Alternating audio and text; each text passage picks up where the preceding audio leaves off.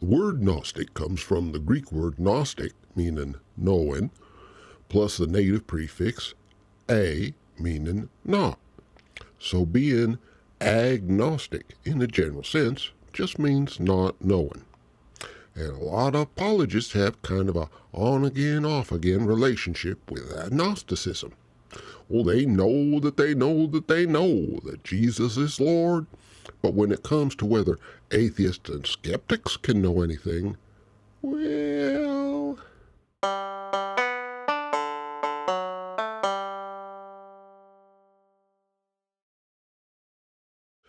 Hey there, folks. Bertram the Barely Bearable Atheist here, continuing our series on the book I Don't Have Enough Faith to Be an Atheist by Norm Geisler and Frank Turek. This is the 7th video in the series and the 6th video covering just the introduction.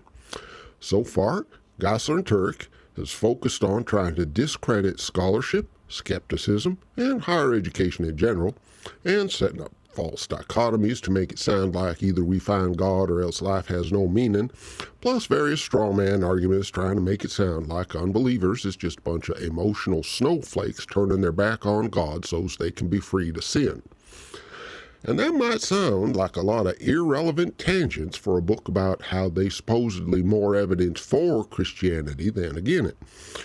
But it ain't. Geisler and Turek already know what kind of quote-unquote evidence they's getting ready to present, so they know how important it is to get their audience into the right frame of mind before they present their case. But now, at least, we've got the preliminaries out of the way, and Geisler and Turek's going to start to present their actual argument. And this is still just the introduction, of course, so what follows is going to be more of a preview or overview than a detailed presentation, but it's going to be illuminating just the same. And they start off strong. Quote, "It's not faith in Christianity that's difficult, but faith in atheism or any other religion. That is, once one looks at the evidence, we think it takes more faith to be a non-Christian than it does to be a Christian." End quote. Oh, the tables is turned. It ain't Christians who have all the faith, it's the atheists. Which is kind of ironic considering that the Bible says in Hebrews 11:6 that without faith it's impossible to please God. So go atheists, I guess. But here's where things take a peculiar and fascinating turn. In order to prove that atheists have faith, Geisler and Turek have to embrace agnosticism by claiming that nobody can know anything for sure. Well, except maybe knowing that you yourself exist. I mean, that you do kind of have to know. But anyways, quote, "As limited human beings, we do not possess the type of knowledge that will provide us with absolute proof of God's existence or non-existence. We deal in the realm of probability." End quote. And they go on to say that the best we can hope for as fallible human beings is proof beyond a reasonable doubt. And of course, they claim to have proof beyond a reasonable doubt with a probability of 95% or better for their own religious beliefs. But nobody can actually know anything for sure. Well, pardon my skepticism, but I just don't think this sudden conversion to agnosticism is all that sincere. Sure, while they's talking about atheists being able to know that God don't exist, they's all, "Oh, we's limited humans who can't know anything 400% certain." And they's even willing to pretend that they themselves ain't 100% certain of their own beliefs, just to sell us on this whole idea that agnosticism is unavoidable. But that's only while they's talking about atheists being able to know that God don't exist. Just let us get back into talking about the so-called evidence in favor of Christianity, and we'll be right back to knowing stuff for certain again. And by the way, this is a common pattern in Christian apologetics. When we's talking about what unbelievers can know, then we can't know anything for certain. But when we's talking about what Christians preach, then suddenly we're back to knowing things again. A similar tactic is when they demand omniscience from anybody who declines to believe in God, and that's Frank Turek's next argument. He tells a story about a conversation he allegedly had with a skeptic named Barry, who couldn't understand why his otherwise intelligent friend Steve had become a Christian. Quote, he said, "I can't figure Steve out. He claims to be an intellectual, but he can't answer all the objections I pose to him about Christianity." End quote. Because that's totally how skeptics actually talk in real life, right? Ain't it always the skeptics who tell believers that they have to answer every possible question before they can claim something is true? I mean, no believer would ever demand that atheists explain the Big Bang and the exact mechanisms of abiogenesis and the origin of morality and the meaning of life just to justify their atheism, right? What Frank is doing here, of course, is setting up another gotcha story. He has to put his protagonist in the position of demanding omniscience from the believer, no matter how stilted and awkward the dialogue turns out, so he can accuse the skeptic of doing the same thing he's accusing the believer of. Quote, "Barry had decided his view, atheism, was correct, even though he did not have exhaustive information to support it. Did he know for sure that there is no God? Had he investigated every argument and evidence for the existence of God? Did he possess exhaustive information on the question of God? Could he answer every objection to atheism? Of course not." End quote.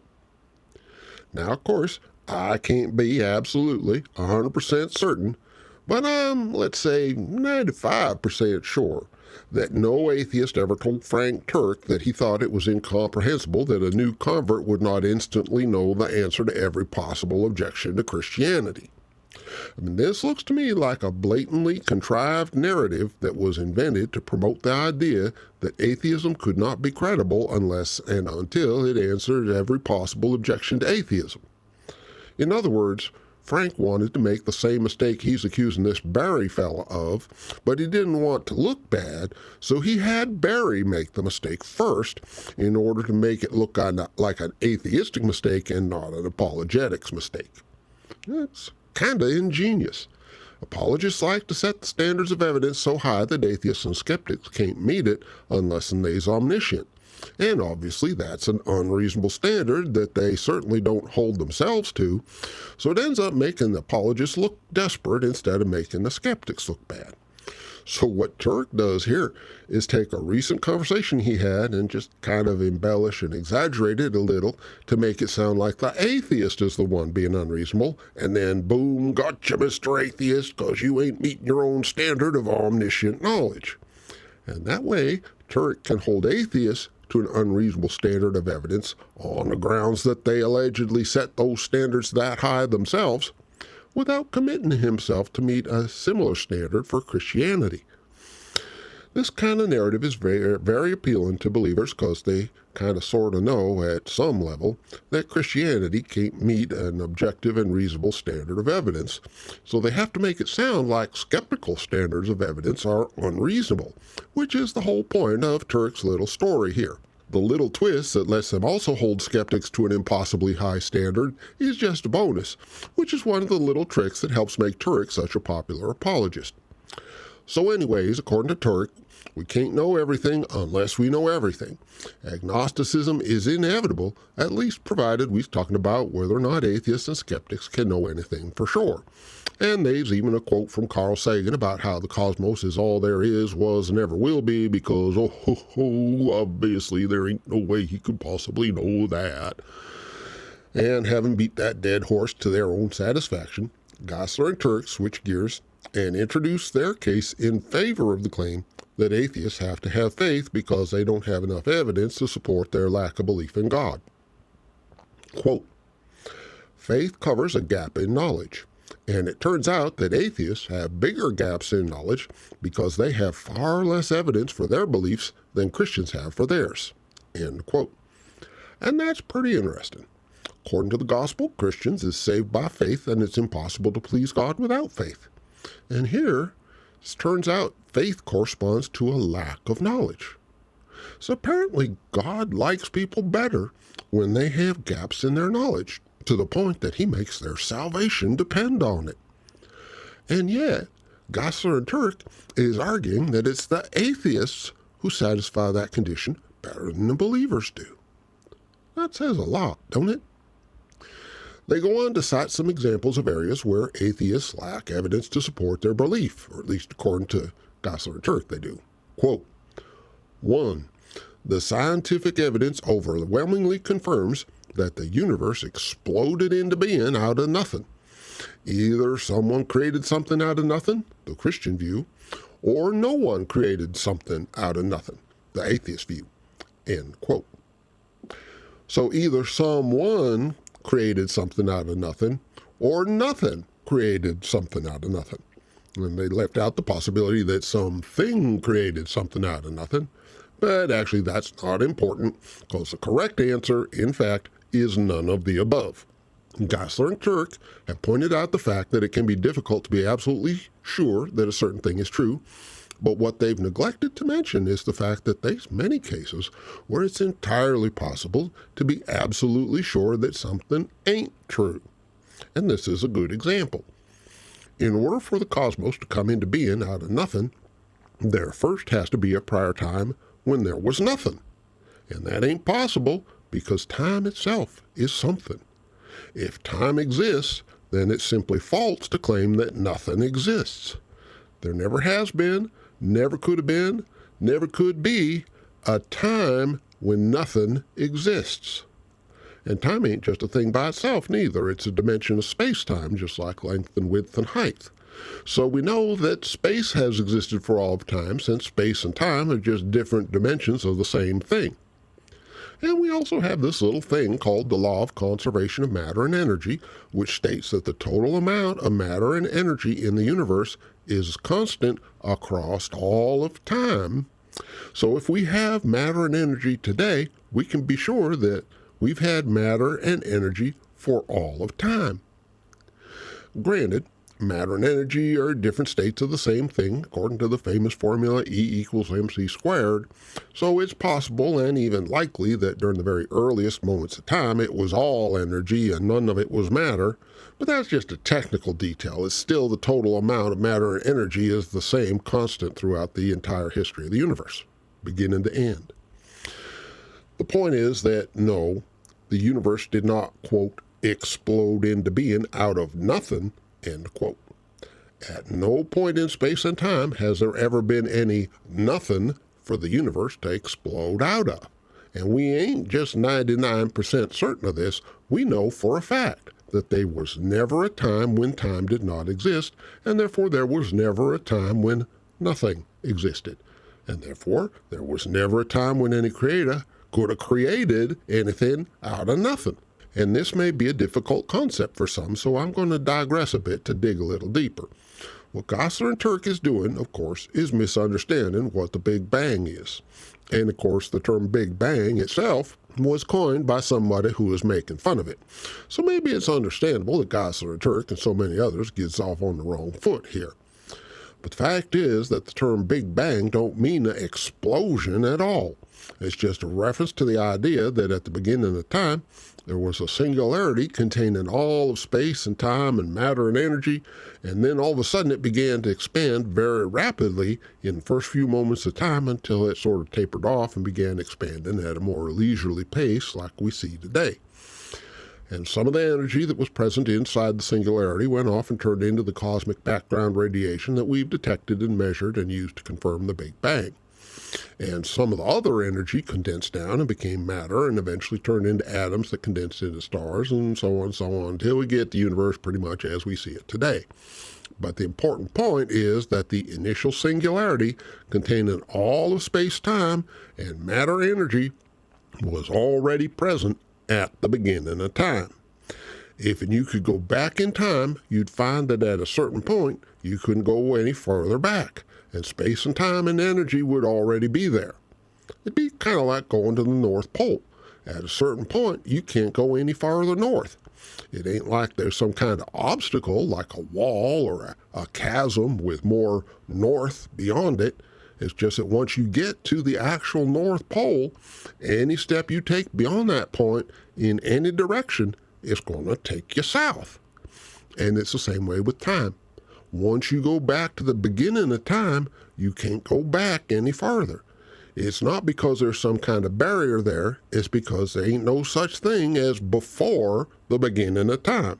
Hence the name, the beginning of time.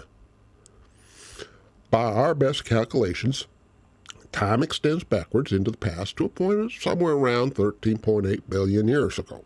And the universe has been here for that entire time in one form or another. And that means we can know for certain that it weren't created by anybody or anything. You can't create something that already exists. And there's never been a time when the universe didn't already exist in some physical form. So even though these positive claims that we can't know for sure are true, we can know for sure that creation stories ain't true. And that means when Geisler and Turek declare that, quote, either something created something out of nothing or no one created something out of nothing, end quote, they's not only wrong, they's wrong in a way that undermines their whole narrative. So off to a good start then. Let's see what their second bit of evidence is. Quote, the simplest life form contains the information equivalent of 1,000 encyclopedias. Christians believe only an intelligent being can create a life form containing the equivalent of 1,000 encyclopedias. End quote. And they go on to claim that Christians have evidence for their belief and that atheists have no evidence that complex life can arise in the absence of intelligent design. And of course, this is just a preview of stuff that's coming up later, so I won't spend too much time on this argument here. But I would like to make a few quick points. First of all, notice that most encyclopedias contain an article about elephants, but you'll never find an encyclopedia that contains an actual elephant. And that's because information about a thing is different from the thing itself.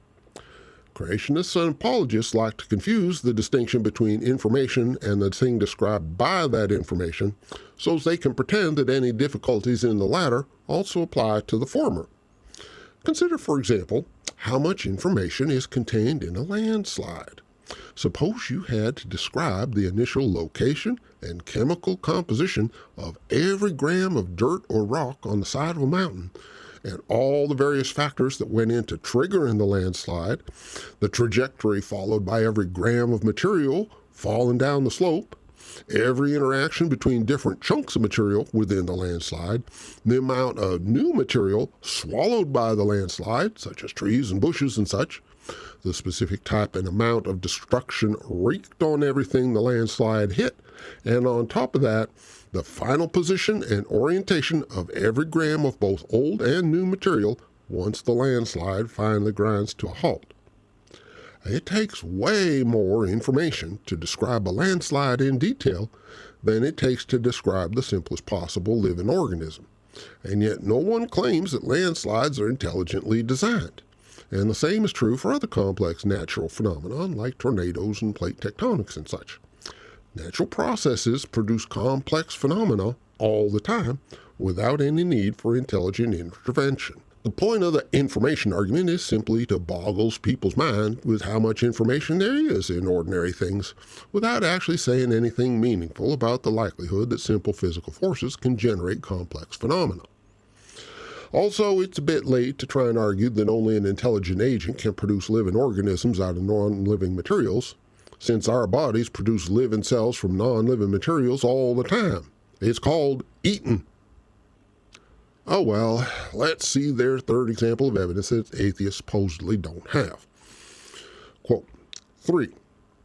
Atheists must have a lot more faith to explain away the predictions, the eyewitness testimony, the willingness of the eyewitnesses to suffer and die, the origin of the Christian church, and the corroborating testimony of other writers, archaeological finds, and other evidence that we'll examine later. End quote. So the technical term for this is shifting the burden of proof. It ain't up to apologists to prove beyond a reasonable doubt that Bible prophets did make specific, unambiguous prophecies with specific, unambiguous fulfillments in advance of the events that their prophecies predict. It ain't up to apologists to prove that New Testament accounts were written by actual eyewitnesses, or that disciples actually did choose to be martyred for their faith rather than deny the resurrection. No. All them things is a given. And the atheist has to either come up with proof that they ain't true, or else admit that we're all just rejecting them out of atheistic faith. Well, fortunately, it ain't all that hard to come up with verifiable evidence to disprove the apologist's claim here, so I'll just note that this is an attempt to shift the burden of proof, and then when we get to this part of the main book, we'll go ahead and see if we can't meet that shifted burden anyway. And at this point, Geisler and Turek finally get to what might properly be called an introduction to the rest of the book. They put up an outline of 12 points they say prove Christianity, and then discuss a few related considerations like what their basic assumption is and what approach they tend to take and stuff like that. And I was sort of hoping we could finish up with the introduction today, but sadly it's a bit more than we can fit comfortably into the time we got left, so I'm just going to have to leave it there for now. I'm sure there's lots more could be said, but that about does it for me for today. Thanks for watching. And please be kind wherever possible.